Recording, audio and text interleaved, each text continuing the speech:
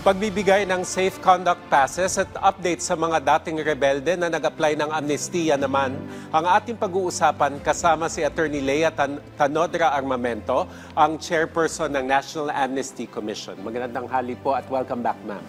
Thank you very much. Magandang tanghali din po, Asek Joey. Ma'am, update lang po dun sa mga nabigyan ng safe conduct pass. Siguro yung timeline muna. May binigay na go signal si Presidente na mag-issue ng NAC. Kailan po yun at ano po ang estado ngayon? Bali si Presidente po, nagkaroon po tayo ng ceremonial signing sa Cotabato noong April 11. Na binigyan niya kami ng authority to issue safe conduct pass.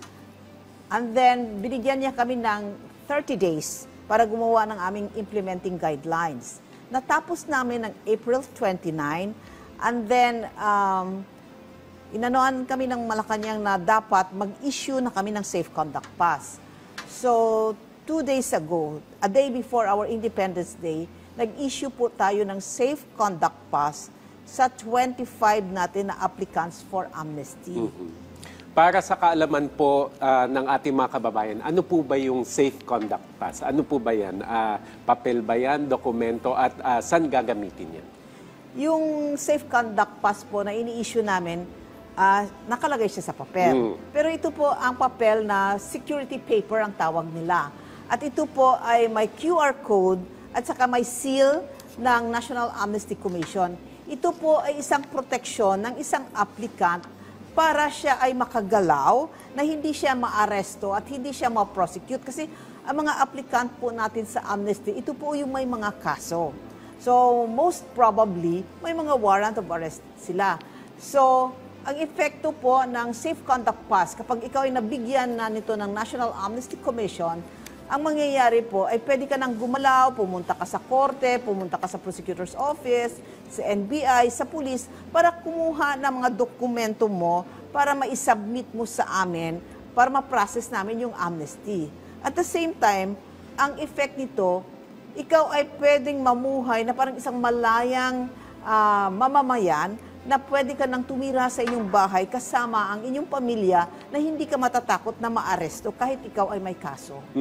So, ibig sabihin po nito, ma'am, kapag na-issuehan na ng safe conduct pass, aware yung mga law enforcement agents, pati mga korte na pwede na silang, kumbaga, kumilos o gumalaw ng malaya. Opo, kasi ang ginagawa po natin, pag nag-issue tayo ng safe conduct pass, nandun po mismo sa memorandum ni Presidente sa amin, nabibigyan ng kopya yung Department of Justice, so kasama doon ang NBI.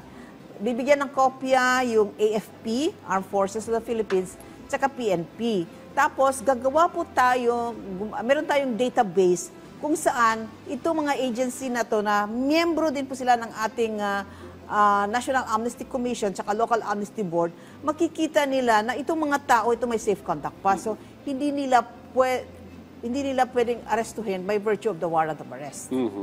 So, meron po bang validity period ito? Kailan pwedeng gamitin at hanggang kailan? Ganito. Yung provisional safe conduct pass, ito po ini-issue or binibigay ng ating chairperson ng Local Amnesty Board. Ang Local Amnesty Board natin, nakaupo din doon po yung mga police, army, saka yung prosecutor natin. Ito po 15 days lang to. Kasi pag-apply ng tao, ng ating former rebels or mga miyembro ng CPP, ng MILF, MNLF, RPA-ABB, saka yung former members ng CPP, NPA, and DF, ito po ay binibigay natin sa kanila at ang gagawin po ng ating mga kapulisan, may mga kopya po kasi sila eh. So, they are on notice na yung ating mga tao nito na hawak nila ay yung kanilang safe conduct pass ay hindi sila pwedeng arestuhin. Provisional, ma'am, yung provisional 15 days? 15 days lang yun. But within that period of 15 days, kasi mag-a-apply siya eh, nakalagay yon. Ang sunod na mangyayari, ang gagawin ng ating Local Amnesty Board, mag-submit sila dito sa National Office o sa Commissioner in Charge ng recommendation to give safe conduct pass. Ang period ng safe conduct pass is until the President has acted on the application. Unless may violation siyang ginawa doon sa kondisyon na binigay ni Presidente or binigay ng ating commissioner in charge na violate niya, yun, siyempre, mawalang visa yung kanyang safe conduct pass. Otherwise, tuloy-tuloy yun hanggang sa may action si Presidente sa kanyang application for amnesty. Opo, paano po minomonitor na sabi nyo kung may violation, may invalidate yun? So, sino po nagmo-monitor? Paano po minomonitor na compliant yung nag-apply at saka bilang pagtiyak na rin sa kanilang seguridad na valid yung kanilang safe conduct pass? So, mayroon tayong database. Accessible siya sa PNP, sabi ko kanina, sa AFP, sa prosecutor. Ang lahat na ito, member sila ng Local Amnesty Board. Sila ang nagmo-monitor, tsaka yung ating Local Amnesty Board Secretariat. And then, dito din sa National Office, nagmo-monitor din tayo. Very close ang coordination natin sa police, tsaka sa AFP, tsaka sa NBI. So, any transgression or threat o naman sa security ng ating applicants, malalaman kaagad natin at i-call natin yung attention nila dahil tayo ay may obligasyon na binigay ni Presidente sa atin. Ma'am, sa mas malawak na usapin naman ng amnestiya, ilan na po yung nakapag-apply ng amnesty? Sa anong mga grupo at saang mga rehiyon o lugar yung pinakamaraming applicants? Ang total namin ngayon na applicants for amnesty is 2,928. Ang pinakamarami po yung CPP, NPA, NDF na members. At ito po sila ay mostly coming from Caraga Region, Eastern Visayas, saka Northern Mindanao. Ang sunod na pinakamarami ay yung MILF natin. Ang MILF natin is 778.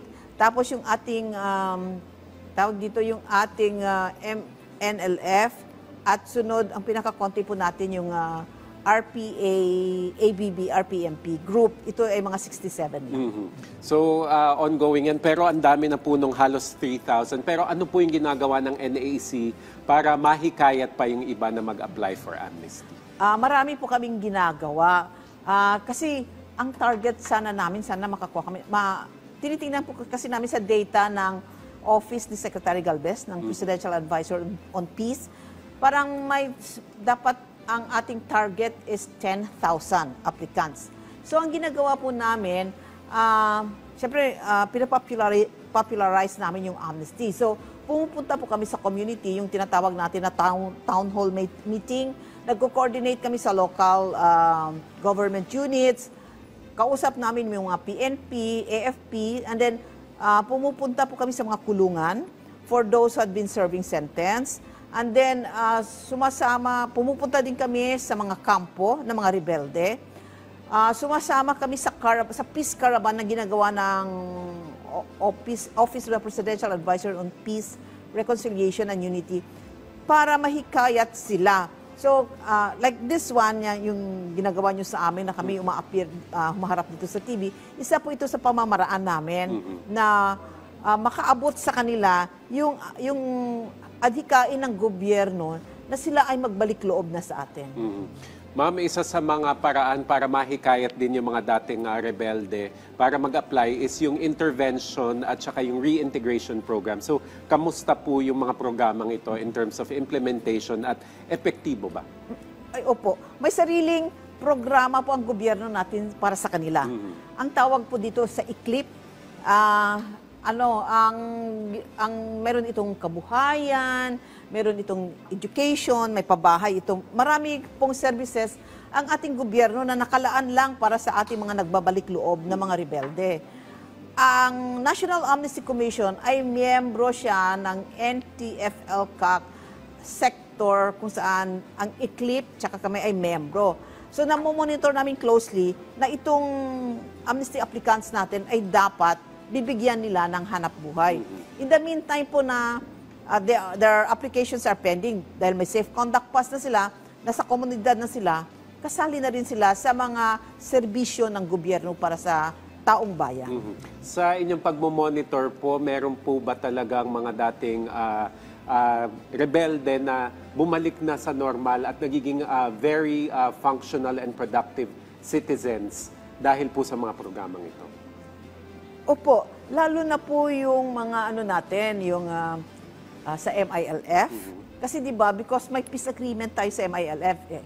So, ang gobyerno po kasi tumutupad sa kanilang pangako sa MILF. So, marami po tayong mga kababayan na miyembro ng MILF na ngayon po ay nag-e-enjoy ng mga benepisyo, may employment din sila, nagpa-participate din sila sa governance, so may mga members ng parliament, actually recipient sila ng ating Safe Conduct Pass, yung mga CPP, NPA, NDF, dahil ito former rebels na eh. So, nagbalik loob na sila, tinutulungan na rin sila, lalo na ng ating yung Armed Forces of the Philippines, at binibigyan na rin ho sila kasi mga tupad, yung mga kabuhayan, na ibibigyan na rin po sila. Sige ma'am, mensahe nyo na lamang po sa mga dating rebelde na gustong mag-apply ng amnestia, lalo't habang may pagkakataon pa. Ako po naghihikayat sa ating mga kasamahan na mga rebelde na gusto magbalik loob. Pagkakataon po natin ito, hindi po lahat ng presidente nagbibigay ng amnesty. So, papasalamat po tayo ngayon kay President Ferdinand Marcos na binibigyan kayo ng pagkakataon kasi naiintindihan po ng ating pamahalaan at ng taong bayan na ang pagre-rebelde ninyo, ang intensyon ninyo sana ay mabuti. Mapapaganda ang buhay ng inyong pamilya, ng inyong mga kaibigan at ng ating bayan. Kaya lang ang inyong pamamaraan na pagre-rebelde ay labag sa ating batas. So ngayon po yung ating presidente ay out of the goodness of his heart ay inaabot ang inyong kamay na bumalik po kayo sa ating pamahalaan at tumulong sa tamang pamamaraan na may kapayapaan para po maiabot natin ang ating hadikain na gumanda ang buhay ng ating bayan. Maraming salamat po. Maraming salamat po sa inyong oras. National Amnesty Commission Chairperson, Attorney Lea Tanodra Armamento. Thank you.